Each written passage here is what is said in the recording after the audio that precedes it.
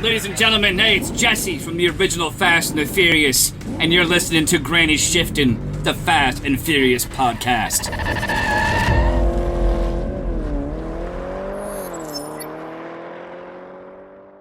Welcome to Granny Shifting. I'm Ryan. And I'm Jason. And this is minute 74 of Fast and Furious. Just trucking along here. I know. We're done with this.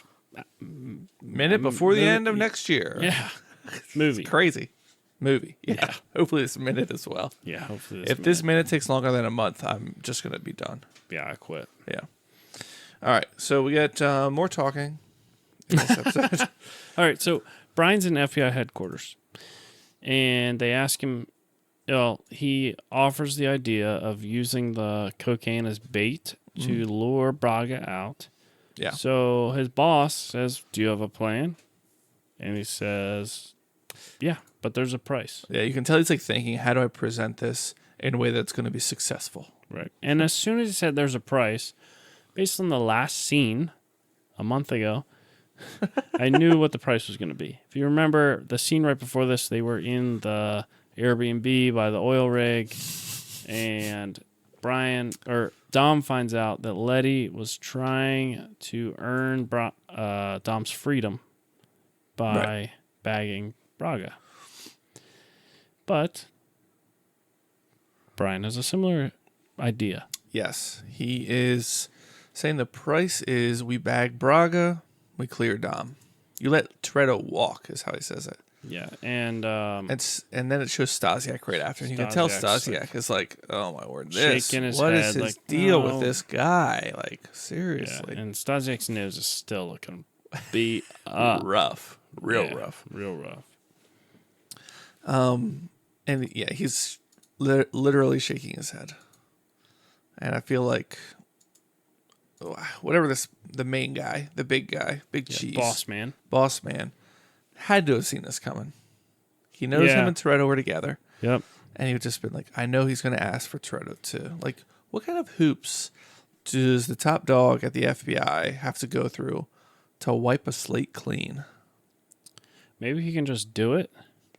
But is it like a record that's like, it's like a file somewhere where you just like select all, delete all? Yeah. Like, you're good. Or like, is it marked as like, hey, of his we're not going to demeanors. convict him for these items, but here they are. We promise not to convict him. Right. But if he gets pulled over, nothing shows up. Yeah. He had a speeding ticket. All that's gone? Right. Man. Who knows? Or is it just the one that causes him to be living in another country? It's like, okay, well, all your speeding tickets, they stay there, but you stealing $200,000 worth of equipment and wrecking tractor trailers and holding people at gunpoint and stealing cars, all those are not going to fly. Yeah. And like, is wiping a slate clean actually a real thing? I don't know. Because it only happens in movies. Yeah. But they got it from somewhere, right? I don't know anybody that's had their slate wiped. Yeah, me neither. I feel like those are the kind of people that you wouldn't know. Maybe we're in the wrong circle. Well, that's the whole I think point, we're in right? the right You don't circle. know. Yeah. Yeah. If you knew, then it wouldn't be very clean. Yeah. So, do you know anyone that does illegal stuff? Oh yeah, everybody does illegal stuff. Everybody. I've never done anything illegal. You never rolled through a stop sign? Yeah. Did I ever tell you about the time when I got there's a stretch of road that I try to avoid because I've gotten 3 tickets in the same quarter-mile stretch of road. So you just don't drive there? Like, instead of driving the speed limit, you just don't drive there?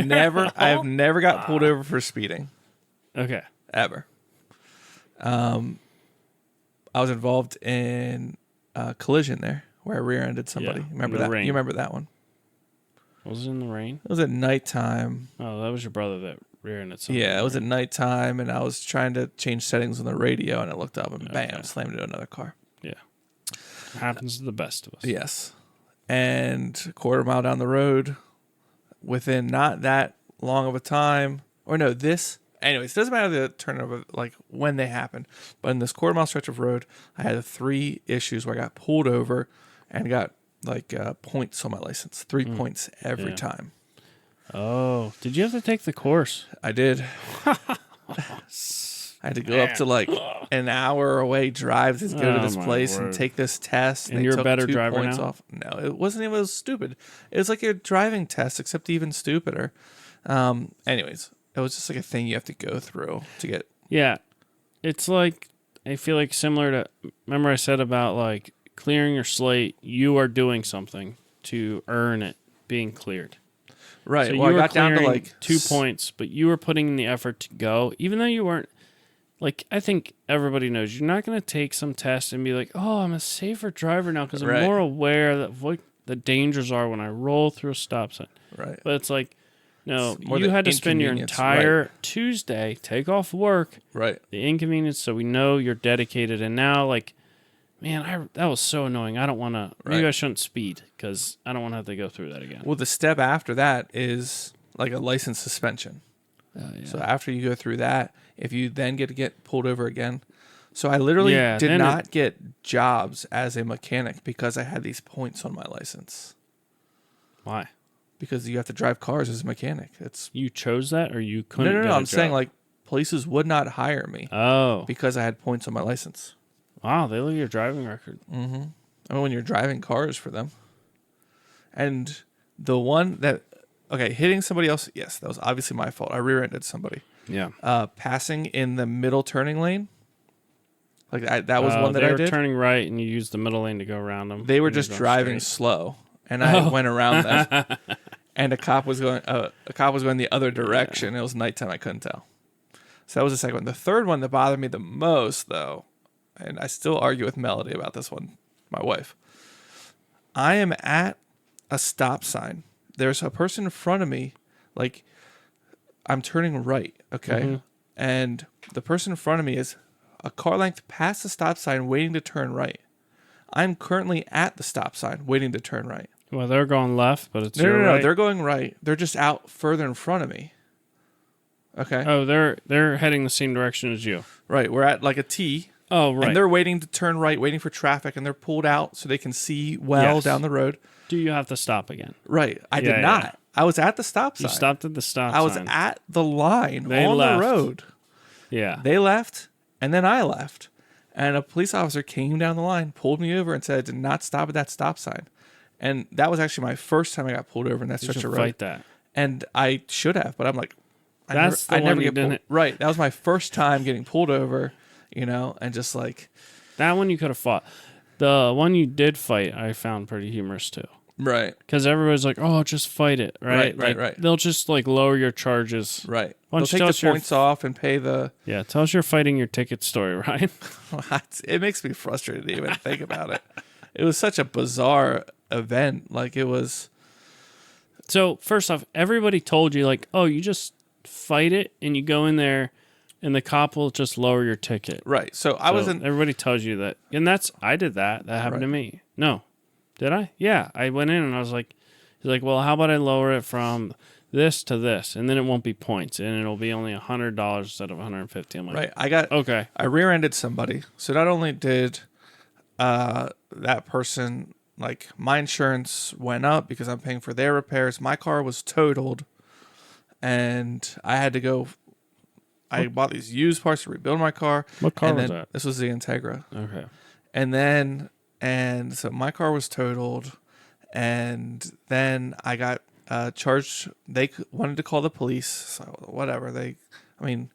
Barely a scratch on their car, honestly. And they came out and they're like, "What are you doing? Were you high or something?" And and I'm like, "No, I just didn't know why you stopped at that stoplight." And no, I didn't say that. Anyways, so the police come. They write me a ticket for reckless driving, and I got 3 points on my license because of that. So Careless. Reckless. Reckless is 6 points. Reckless is 3 points. Careless is no points. That's what I was told. Shannon got a reckless and would have lost her license because it was 6 points. The only ticket she ever got, my wife, and she Oh, really? fought it and got it lowered to a careless, which was 3 points. Okay. Well, I got a reckless. I'm guessing yours was a careless. Anyways, Let's go back to last minute and see whose memory was better. Anyways, doesn't matter. Yeah, that's true. So I got charged with something that gave me Yeah. lots of points that I didn't want on my driver's license. So everyone's like, yeah, go fight it. They'll probably make you pay the fine, but they'll lower it so you don't get any points. Like they'll change the whatever charge. Right.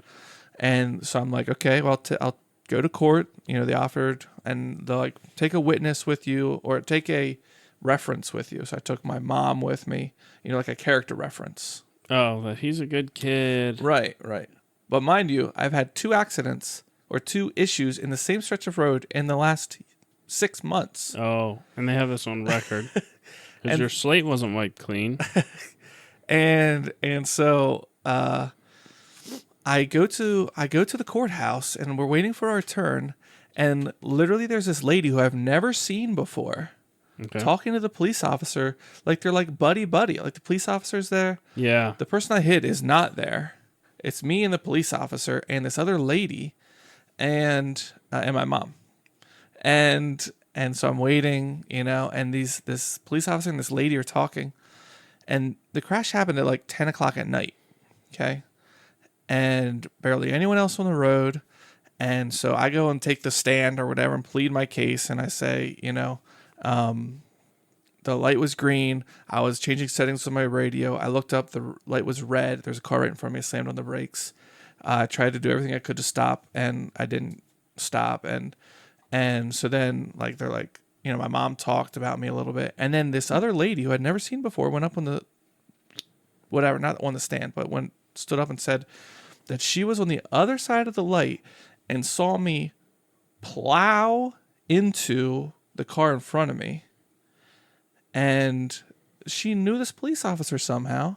And so the judge said, well, if they saw you plow into the customer, that tells me that it's reckless driving and that, like, I don't know. So I had to pay the fine. My points did not get lowered. And I had to go through all that, take a day off work to go through that. And I still had to go through the class and So everything. it didn't change anything. Literally nothing happened. Oh, so you took the class. Oh, you already had 3 points. Okay. Do you think it was a fabricated witness then? It's 10 o'clock at night. I do remember one other car after we wrecked. I remember one other car driving up. One other car on the road at that time of And night. did they stop and wait for? Because you guys called the police. Yeah, the person I hit called the police. Nobody else Isn't was that there. when you wish you just had lots of money and were like, I'm gonna, because you can like appeal it and then it goes to the next level court. Yeah. And then you could like really pull that witness and like they're really banking on you not digging into that. Right. But if you really tried to pull like, oh, it turns out we have people that saw you here at this time. Right, and so right. you're lying on the, whatever, and you could get out of it. All right. So after 6 points, you can send in something and you can get 2 points off that way. I forget what it is. It's something simple that you do, and you can send it in and you get 2 points off. So I'd already done that, and this one took me above 6 again. So that's why I had to go take this class. And then So a careless driving in PA is 3 points. okay. A reckless driving is 5 points plus a mandatory license suspension of 6 months. Okay. So yeah, I did not get a reckless then. You had a careless. Yeah. So there's my memory for you. Good job. See, I remember when I forget right. about things. It was though. almost right. Yeah, I said 6 points. It was 5. Anyhow, my wife got that when I did a burnout. Oh, they lowered her to a careless. Yeah, she fought it. But hers was really kind of funny. So I don't know if I told this on here before. But like I have a totaled vehicle. I have to pay for their repairs. Right. And now like you're making like it was just the whole like, thing was clearly stupid. I know I did wrong. Do I need to pay a ticket to you? Like right. Like why were the police involved at all? Yeah. Like we're there exchanging insurance and they're calling the police. Like the police don't need to be involved at all with that. Yeah. But. So me and Fabian, your friend who's been on this podcast, used to have a car meet at Sonic's in Mount Joy every Tuesday night. So me and my wife would go, and she had a souped up car, a nice Nissan 240SX turbo. I had a IS300, my drift car. And we both went to leave this meet, and and the cops hated this meet because there'd be all these like tuner cars there, and people would go out and race on the highways and do burnouts and tear up and down. So once they find out about it, tons of cops just end up around. Right. So we're in the parking lot at Sonic. Me and my wife are going to leave, and how was this? Behind her. I do a big burnout right in the parking lot, just smoke the tires off, and then drive around her, and then we both pull out onto the road and drive down the road. A cop was sitting a block up in a jewelry store parking lot and pulls out behind my wife and pulls her over. And he said, I saw you do that burnout back there. And she said, no, that wasn't me. Because I was behind her and I went around her. So he saw two cars come out then, and soon it was her. And he said, well, you're right, I can't prove that, but you fishtailed pulling out on the road, and so I'm going to write you a reckless driving. Now, my wife has never had a speeding ticket. She's never had any ticket. She's never had an accident of any sort in her life. So first offense, reckless driving, 6-month license suspension for something she didn't even do. Right. And clearly the cop stated it. Right. 6 month, it was the burnout, and he's like, you're right, I can't prove that, but you fishtailed pulling out on the road. And the actual technical, he said he can't prove it, but we were on Sonic's property, so they would have to like press charges. Right. Or whatever, because it wasn't the public road, so he didn't actually have jurisdiction over that. All right. So she goes to fight it. The cop shows up, and he went to her and was like, how about I lower it to a careless driving for you? That'll be 3 months, or 3 points, and no license suspension. It'll be a little less ticket. And she's like, no, I didn't do it. It wasn't me at all. And she brought a witness from the meet, because we had lots of friends at this car meet. Right. That was like, yeah, I saw her pull out. She didn't fishtail. She didn't do anything like that, right? So, and then she said the cop just it like fired him up that she denied this. And so she said that when they stood up or went up, the judge comes out and he like is talking, like almost yelling. And he's like, when she pulled out, her front tire crossed over the middle line and she was driving reckless. He said, he was like quoting all this, like reading off the like technical definition of reckless driving and blah, blah, blah. And she said, I didn't do it. It wasn't me. Somebody else did a burnout. She didn't say it was her husband, but she said it wasn't me. I didn't fishtail. And her witness that she took was like, no, she didn't fishtail. I saw her pull out. She pulled out very normally. Her tires didn't break. She didn't cross over the line. Also, where the cop's sitting would have headlights pointing at him at the night. So it's not like he could see what the back end of her car was doing. And the judge said, well, there's not sufficient evidence here to convict you of a reckless driving, so I'm just going to make it a careless. Which was so frustrating to me. Right. If there's not enough evidence, then just it should be thrown out completely. Right. Not just lowered. Is there evidence for it or not? It's like, oh, well, we can't prove that you murdered that person, but we're going to charge you for grand theft auto. Right, instead. Yeah. Exactly. Like, you can't just change it. Right. To it doesn't a different make any crime. sense. So here's the funniest part of all this. Years later, this was a long time ago. We had kids. We sold our fun cars. Calm down, whatever. My wife is, as you know, a birth doula. She helps moms deliver babies. She gets hired by a mom, and when she goes to meet them, that police officer is the father. Oh, my So Lord. she delivered a baby for this couple. He didn't have a clue it was her. Really? Yeah. He didn't remember at all? He didn't remember her. She didn't bring it up? Oh, man. No, he was like really angry and rude to her. Like he was furious with her that she didn't accept his offer. Right. And just turned, she's like, it was so awkward. He was like yelling. But yeah, Man, How that's funny is hilarious. that? Yeah.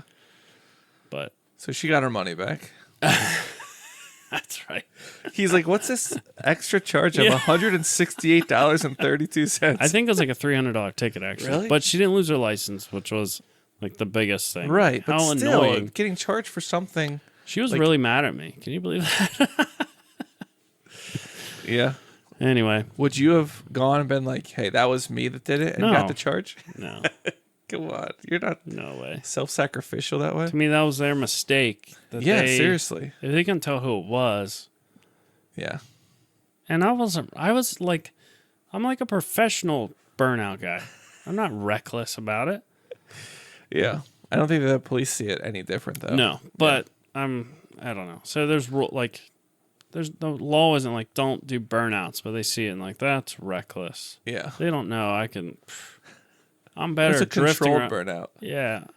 I'm I'm better- safer drifting than I am driving normally. Right. around the Look at corner. that 92-year-old man driving. Why don't you pull him over? Yeah, That literally is reckless driving. Yeah, for Like real. you should see some of these people pull into our collision shop parking lot. Like literally that is reckless driving. Yeah. Whoa, we apologize to all of our 92-year-old listeners. Ryan is just kidding. Yeah. It's a stereotype. I'm sorry about that. Anyhow, Marginalized group of people. that should not drive. All right. Back So- to the minute. Scene changed from the FBI office. Yeah, we're back to Fast and Furious now. And we get a shot through a glass table of, what's her name? Gal Gadot. Gal Gadot. Gisele. Loading a chrome pistol with bullets. And we're underneath the glass table. The bullets are sitting on the glass table. Her phone's sitting there. and Let it her roll a rings. razor. Oh, yeah. She's got the razor. She flips it open, answers it. It's none other than It's dumb. Dom. And remember, she gave her number to him. Right. She said, "I was just thinking about you." What is he calling from? Where did he get this phone? Is it his personal phone? I guess. And she's in, where is she? Because she got some The fancy museum? artwork behind her. It's like an old painting of a naked woman laying down. Must be Campos's house Yeah. or Braga's house. One of those two. Rich people have nice artwork. Yeah. Okay. So sorry about the dead air there, Yeah. but we were just watching what's happening. So, she said, "When I gave you my phone number, I was hoping you'd call, but not under these circumstances."